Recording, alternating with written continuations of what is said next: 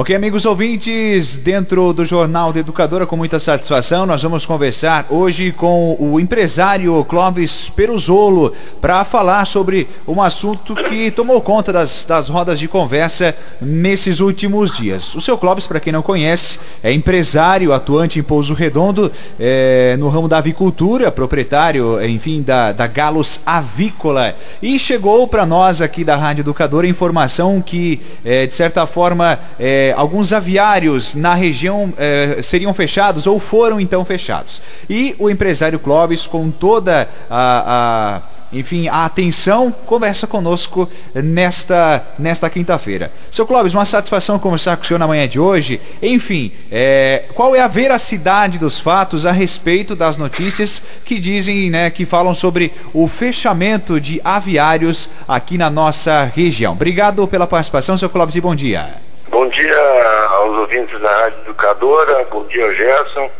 É uma notícia não muito boa, mas enfim, temos que dar. Por decisão aí da empresa que estava produzindo frango de corte aqui na região do Alto Vale, a JBS, e levando esse frango para ser abatido no abatedor em São José, até na região de Florianópolis.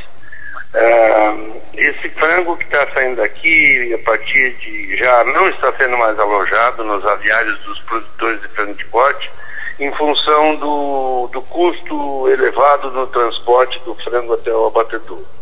Como nós não dispomos de um abatedor mais próximo, não há possibilidade de estar transferindo esse frango daqui até lá. E eles lá realmente estão com um problema de produção e ficou muito distante, então o custo ficou muito elevado.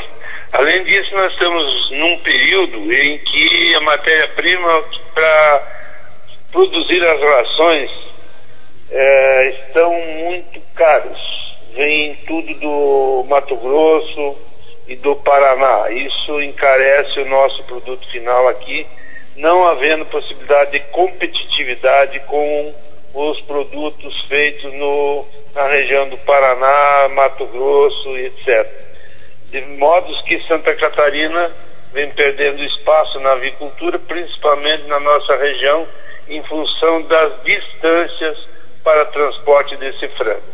Então a empresa resolveu por bem paralisar esses produtores de frango de corte que já anteriormente produziam para a empresa Perdigão e que hoje estavam produzindo para nós junto com a JBS. Eles vão ser paralisados então nesse momento. Tá certo. Seu Clóvis, então o problema foi uma questão de logística, a questão da distância.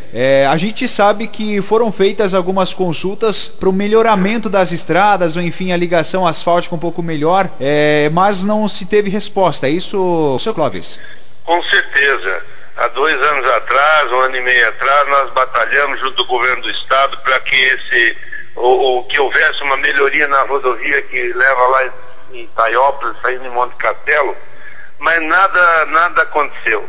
O governo não deu a atenção necessária que nós precisávamos, então a empresa resolveu por bem levar esse frango para São José, que também é o abatedouro deles. E não havendo essa condição de melhoria das estradas, dificultou todo o processo e nós não pudemos ser competitivos com o nosso produto aqui. Desta forma, mais uma vez, o nosso pequeno produtor aqui foi abandonado e, como está acontecendo hoje no país inteiro, as dificuldades de produção estão muito grandes, de modo que quem está mais preparado tem condições de competir. Quem não está, paga um preço muito alto, e é o que nós estamos vendo aqui, que mais de 80 famílias estão perdendo emprego neste momento. É lastimável para a região do Alto Vale que isso esteja acontecendo. Nós temos uma condição boa aqui de produção, mas em função da distância dos abatedores e do produto para a formulação das rações, fica mais difícil. Tá certo. Empresário Clóvis, a respeito da questão financeira na nossa região, qual que era a importância dessas granjas e como fica agora sem essa arrecadação de impostos, a questão também das próprias famílias, que são mais de 80, como o senhor citou, como fica a questão financeira sem o trabalho, sem a atividade dessas granjas? Olha, é lastimável, porque de certa forma o retorno para todos os municípios aonde havia produtores, principalmente no município de Itaió, Rio do Campo, Saletes, Mirim Doce e alguma coisa aqui em Pouso Redondo, esses municípios vão perder a arrecadação. E então, perdendo a arrecadação, não é um bom negócio nesse momento de grande dificuldade que passa o nosso país. E ainda mais o nosso pequeno produtor, que vai aonde buscar o emprego. No momento onde as empresas estão demitindo, fica muito mais difícil para ele. Eu não sei realmente o que vai acontecer com esse pessoal. Eles vão, de certa forma, alguns têm outra fonte de renda, mas muitos não têm. Então, vai ficar bem difícil para eles também. Tá certo. Seu Clóvis, para nós finalizarmos aqui a nossa entrevista, serão todas as granjas fechadas? E outra pergunta, há uma possibilidade de futuramente este ramo ser retomado? Olha, vão ser fechadas as granjas de produção de frango de corte. As de matriz continuam normal, nós precisamos mais 16 granjas de matriz para a produção de ovos férteis.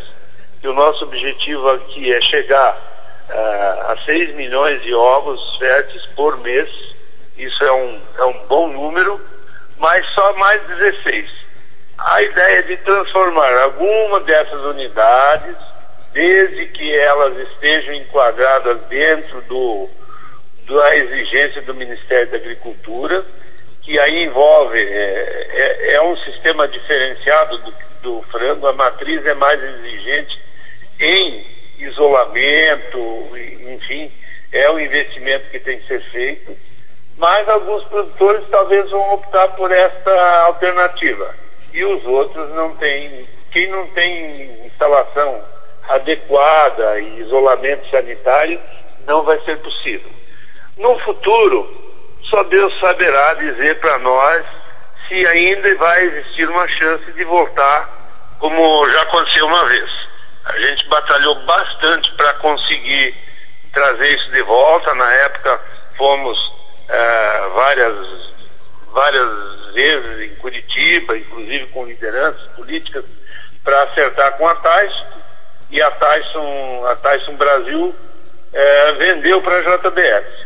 Com isso, eles têm muitos frigoríficos em várias regiões e estão dando atenção maior àqueles que têm retorno financeiro.